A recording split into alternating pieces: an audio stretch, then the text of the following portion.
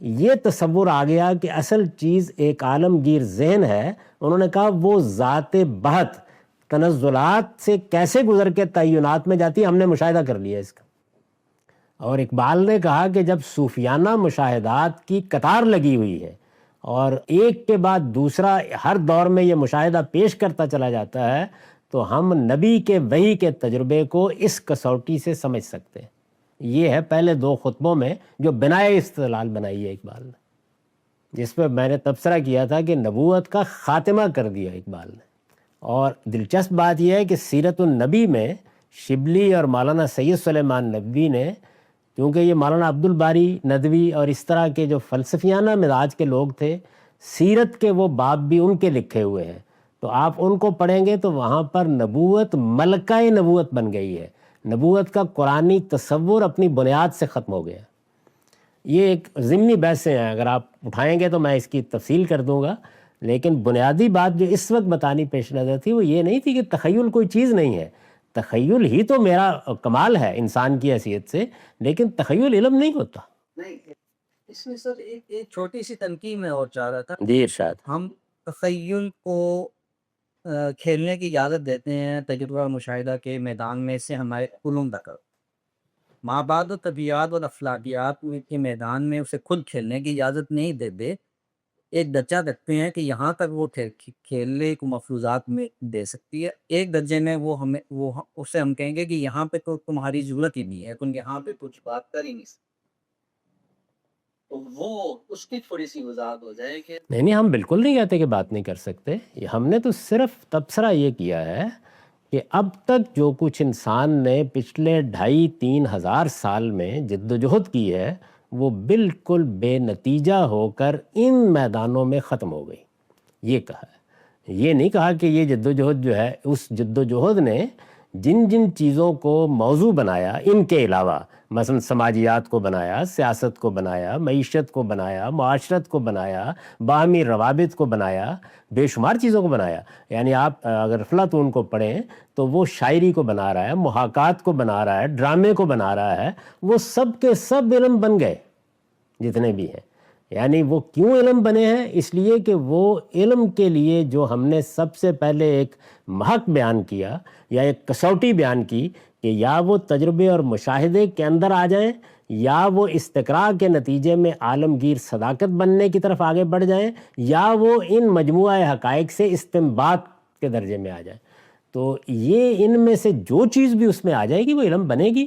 میں تو یہ کہہ رہا ہوں کہ آج تک ایسا نہیں ہو سکا. تو اس لیے فلسفے کی اپنے اصل میدان تھا اس وجود کی کنہ کو دریافت کر لینا، بینگ کیا ہے اس کو دریافت کر لینا. اور بینگ کا سب سے بڑا وصف جو ہے وہ کیا ہے؟ اخلاقی وجود. اس کی بنیاد دریافت کر لینا، اس میں مکمل ناکامی ہو گئی. تو اب ہم کہہ سکتے ہیں نا کہ اب اس کو مزید اس میں تعمیر مارنے کی ضرورت نہیں ہے. ہم کہہ سکتے ہیں، لیکن وہ میں پڑھنا نہیں چاہتا.